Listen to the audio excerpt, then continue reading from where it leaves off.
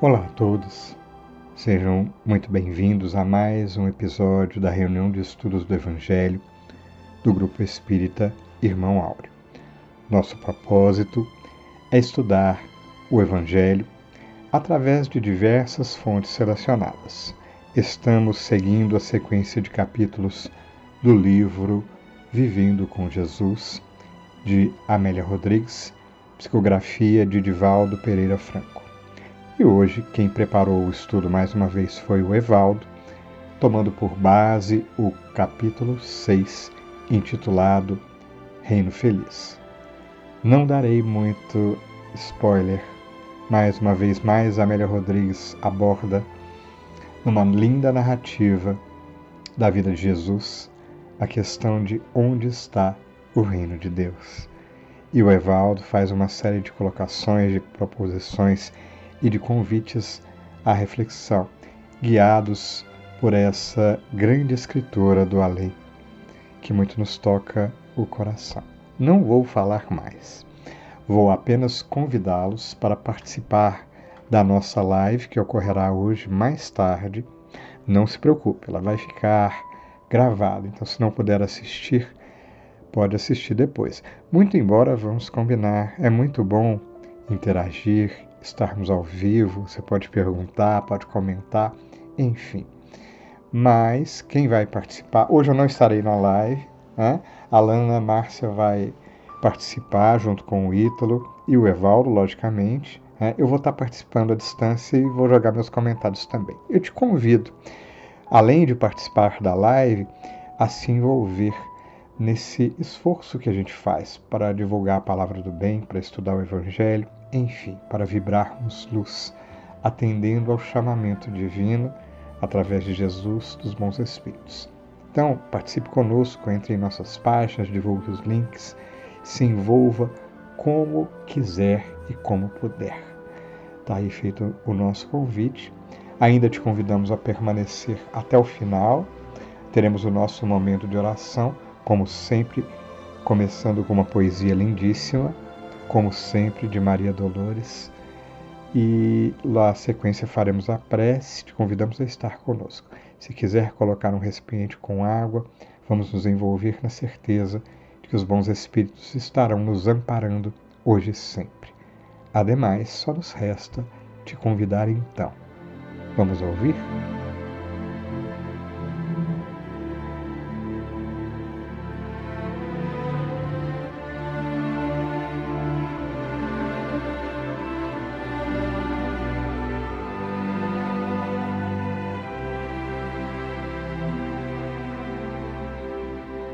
Olá a todos.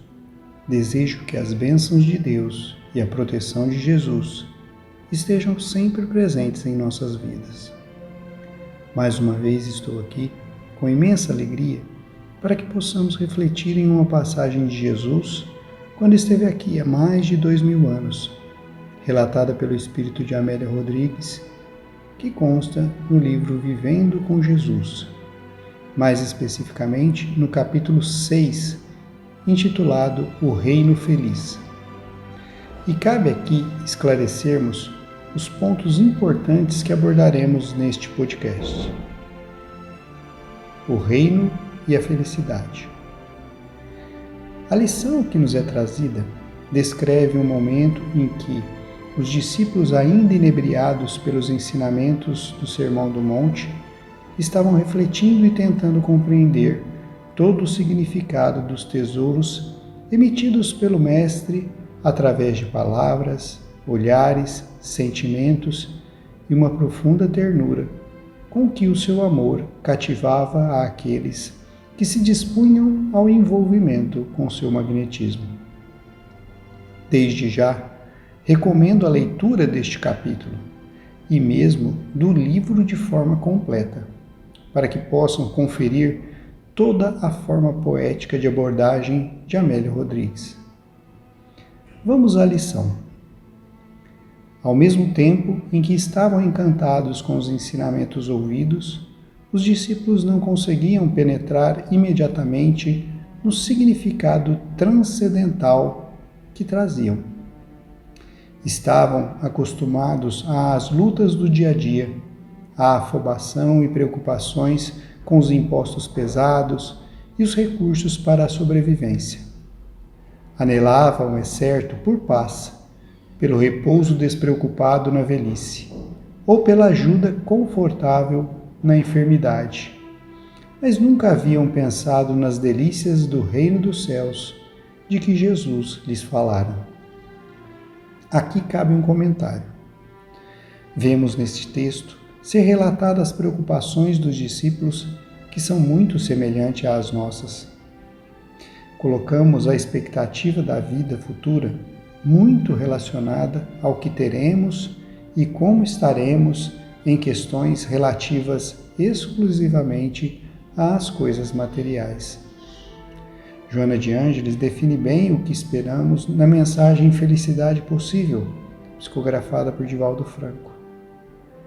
Acreditavas que a felicidade seria semelhante a uma ilha fantástica de prazeres constante e paz permanente.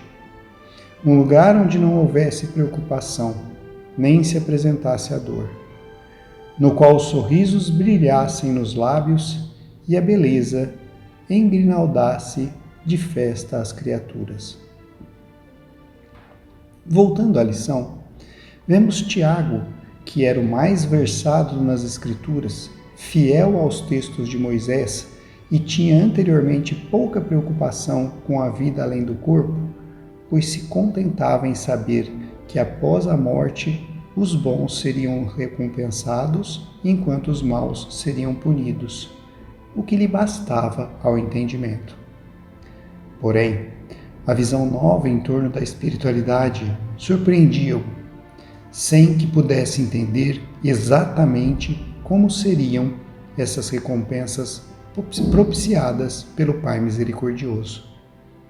Desta forma, ele questionou o Mestre: Senhor, deslumbro-me com as vossas informações, embora nem sempre as compreenda, porque estão além da minha capacidade de entendimento. Esta posição que Tiago estava naquele momento, acredito que reflete bem o que ocorre com a maioria de nós ainda hoje. Ele continuou questionando: O reino dos céus, por exemplo, a que sempre vos referis, é um lugar especial de delícias que se vivenciará depois da morte ou se encontra aqui na terra onde estamos? Essa pergunta de Tiago toca fundo nos pontos chaves do estudo. Se lembram? Onde fica o reino dos céus e quais serão as delícias ou a felicidade que encontraremos nesse reino? Antes de apresentarmos as respostas de Jesus, vamos analisar a nossa situação como espíritos. No momento, estamos encarnados e tentamos entender o futuro que nos é prometido por Jesus, baseado em parâmetros que conhecemos, sempre relacionando com as questões da matéria. Nossa definição de felicidade ainda está atrelada às satisfações de desejos efêmeros e conquistas que inflam nosso ego. Para que possamos iniciar a jornada da compreensão do que nos traz Jesus, precisamos deixar os pensamentos e reflexões se enveredarem em caminhos que estão distante de nossa razão e que pouco tocam nossos corações. Vamos à resposta do Mestre. O Mestre compassivo sorriu suavemente, olhando com brandura o amigo e respondeu: Todas as criaturas aspiram à felicidade que se apresenta para cada uma delas de maneira diferente. Para o enfermo é a cura, para o faminto é o pão, para o sedento é a água refrescante, para o necessitado é o socorro que o livre de preocupação, para o solitário é a companhia, sendo algo especial para cada grau de aflição ou de sofrimento. A felicidade, no entanto, não é a falta de sofrimento. Existem pessoas que não se encontram enfermas e que não têm carência de alguma coisa e, no entanto, vivem dominadas pelo mau humor, pelo desinteresse em torno da vida, tristes e macambúzias. Outras, no entanto, existem que sofrem dificuldades e são portadoras de enfermidades dilaceradoras. Mas apesar disso, não se queixam, apresentam-se alegres e joviais. São fraternas e espalham bom ânimo. A felicidade, portanto, independe do que se tem, sendo o estado interior de paz que as questões de ordem material não conseguem perturbar. Complementando com o que nos traz Joana de Ângeles, ainda naquela mesma obra citada. A felicidade não são coisas, é um estado interno, uma emoção, é uma conquista íntima. Seguindo a lição, temos Jesus esclarecendo ainda. Assim é o reino dos céus, que tem início no coração das criaturas, quando optam pelos valores do bem, da justiça, do trabalho, do amor, da solidariedade. A mudança de atitude na vida em relação à harmonia entre todas as coisas e seres acalma interiormente o indivíduo, que passa a aspirar à compreensão em todos e pelo espírito de solidariedade que deve existir nos sentimentos. Essa compreensão proporciona-lhe bem-estar interno, que se exterioriza em forma de júbilo e de saúde, mesmo que surjam doenças nesse período. Aquele que assim procede, vivencia desde então o reino dos céus no coração, prolongando para além da morte física, quando o espírito, livre das injunções penosas, muitas vezes do corpo, se alça em direção ao Pai amoroso. Dessa forma, devemos entender que o reino dos céus não é um lugar físico. Ele é construído individualmente no coração do verdadeiro cristão. Se ainda estamos longe de sermos verdadeiros cristãos, nem por isso devemos desanimar. Porque buscar as características definidas no Evangelho para o verdadeiro espírita, que é aquele que busca a transformação moral através dos esforços que emprega para domar suas más tendências, nos mostra o caminho. E nesse processo, podemos sentir lampejos da felicidade verdadeira. Além disso, não podemos pleitear a felicidade encarnados, pois, como aborda a lição, a verdadeira vida do espírito é no plano espiritual. Mas não basta o desencarne, pois existem muitas regiões de sombras e trevas além túmulo. Precisamos conquistar o merecimento de habitar regiões salutares. Assim, nos diz a lição. Aqueles que houverem amealhado a paz e o trabalho em favor da felicidade, prosseguirão habitando em região de incomparável beleza, onde não existem sofrimentos nem desencantos, não se experimentam ansiedade nem receios, porque a harmonia que constitui enternece o coração e enriquece a mente com a imperecível luz da felicidade. Está bom, mas e na Terra?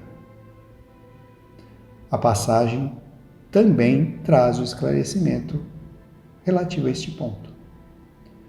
A felicidade, desse modo, que constitui o reino dos céus na terra, não é feita dos desejos e da sofreguidão que atormentam as criaturas, mas de renúncias e de libertação das coisas que escravizam, desde que as posses, por mais honrosas, conforme se apresentem, são temporárias, e ninguém as conduz após a morte, sendo motivo de desavenças e desgraças, normalmente, entre aqueles que ficam. Os tesouros reais, portanto, são aqueles que libertam a consciência e dulcificam o coração. Para tanto, é indispensável que se tenha uma vida interior rica de ideais e de compreensão das humanas necessidades. Quando se está dominado por um ideal de bem servir e de muito amar, não importa onde o indivíduo se encontra, quer seja no cárcere ou na liberdade. Todos os seres humanos trazem no íntimo os elementos que constituem a plenitude, mas nem sempre sabem distinguir, em razão do embaraçoso mundo de futilidade e de coisas nenhumas. Aqui se atribui valor exagerado. É natural que haja interesse pela pesca, pela semeadura na terra generosa, pelo trabalho na construção, pelas atividades dos deveres sociais e humanos da vida, em família e em sociedade. No entanto, não deve haver igualmente preocupação pela realidade que a todos aguarda além do corpo, quando advém a morte que é inevitável, a nobre mensageira da vida? A felicidade não é, portanto, uma calmaria após a turbulência de acontecimentos desagradáveis e afligentes. A isso podemos chamar de repouso ou satisfação, por haver se libertado do que era causador de sofrimento. O reino dos céus, desse modo, pode ser considerado o conhecimento da vida e das responsabilidades que são decorrentes, mediante a consciência do dever que deve ser retamente cumprido e das experiências que se adquirem no contato com as várias facetas em que se apresentam. Permanecendo em essa condição interna, as ameaças de fora, as agressões, as perseguições, em vez de constituírem motivo de desânimo ou de dor, transformam-se em estímulo para o prosseguimento do ideal que se abraça. Para concluir a reflexão de hoje, não podemos deixar que a dura realidade que mostra o quanto ainda estamos distantes da compreensão do reino dos céus e da vivência da plena felicidade em nosso ser, nos traga o desânimo ou o esmorecimento. Nem devemos entender que para a conquista dessas benesses, o caminho será a recusa e o abandono de tudo o que desejamos e sentimos hoje. Essa conquista vem de um processo árduo, contínuo e longo, em que não podemos chegar ao acabamento sem a preparação e fundação da base, do alicerce.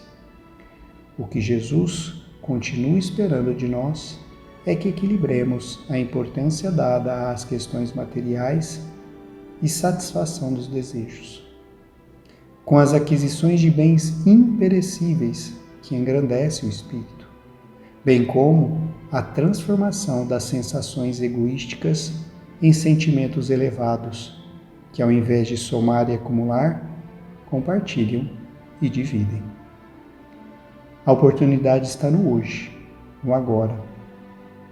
E se precisamos ainda de uma base de comparação, utilizemos uma máxima que cabe bem na prática da caridade: fazer hoje mais que ontem e amanhã mais que hoje, sempre em relação a nós mesmos.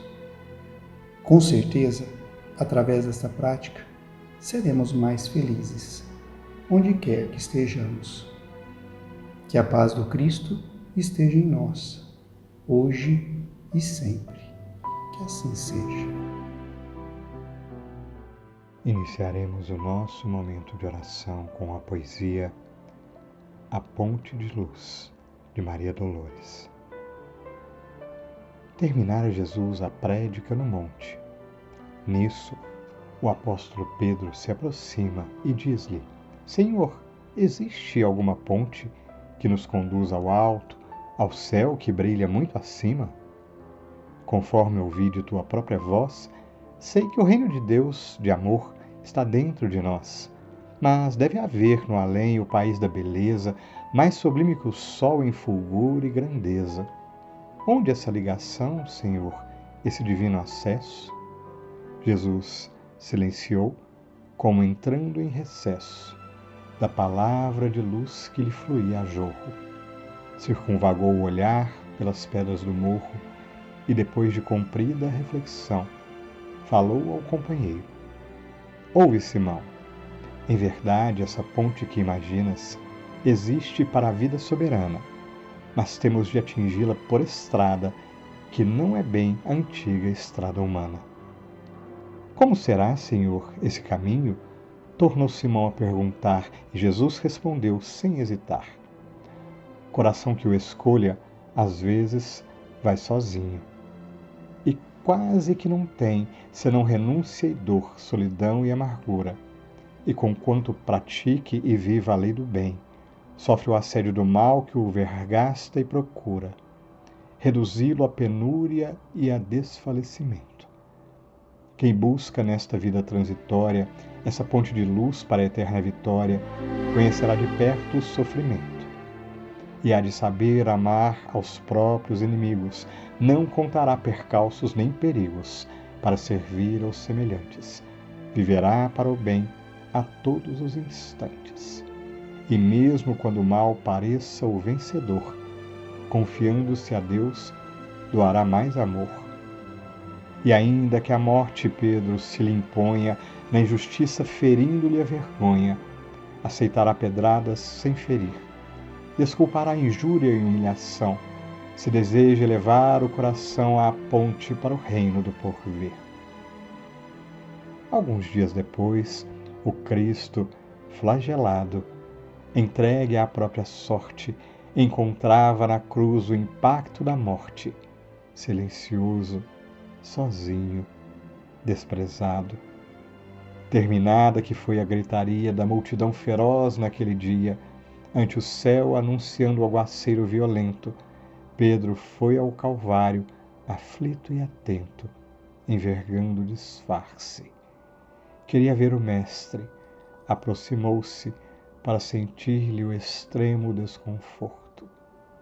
Simão chorou ao ver o amigo morto. E ao fitá-lo, magoado longamente, ele ouviu de repente uma voz a falar-lhe das alturas: Pedro, segue, não temas, crê somente. Recorda os pensamentos teus e meus. Essa cruz que me arrasta e me flagela é a ponte que sonhavas, alta e bela, para o reino de Deus. E diante de tantas reflexões, Jesus, em que nos sentimos tocados e emocionados pelas imagens da poetisa e pela beleza das lições da tutora espiritual que nos envolve, te rogamos em preces, ampara-nos, Jesus, pois que nos sabemos pequeninos diante da grandiosidade da vida e das bênçãos divinas. Mas o teu ensino e o teu amor, Jesus, são capazes de nos conduzir seguros pela vida. E mesmo nos momentos de dificuldade, sabemos que tu nos ampara, Jesus, desde tanto tempo. E que nos momentos de alegria e de reflexão como este, unindo-nos ao teu coração, elevamos graças a Deus, nosso Pai, por tanta luz a nos envolver os corações. Que a tua luz nos abençoe hoje e sempre, Mestre amigo. Que os teus mensageiros de amor estejam sempre a nosso lado, nos envolvendo, nos protegendo, nos guiando. Graças a Deus, que assim seja.